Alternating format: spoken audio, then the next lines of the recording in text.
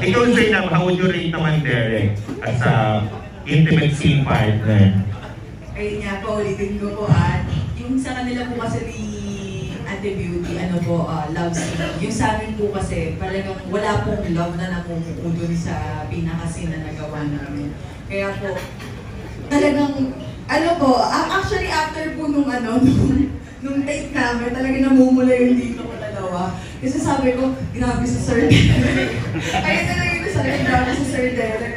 Pero sobrang in a professional way po. Hindi ko po talaga naramdaman na nabastos ako, wala pong kahit anong awkward. And nakikinig po talaga ako sa suggestions nila.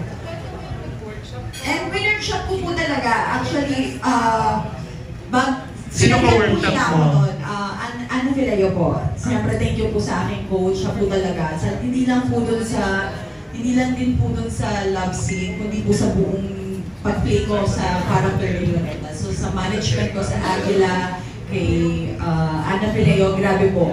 Naging hands-on po talaga sila sa akin. Pinukusan po nila ako kasi gusto po nila na yung first na magawa kong project is successful and hindi po parang binadali lang. Kaya po binigyan ko rin po talaga ng effort and ayun po. Wow, na-excite naman kami for you, Zainab.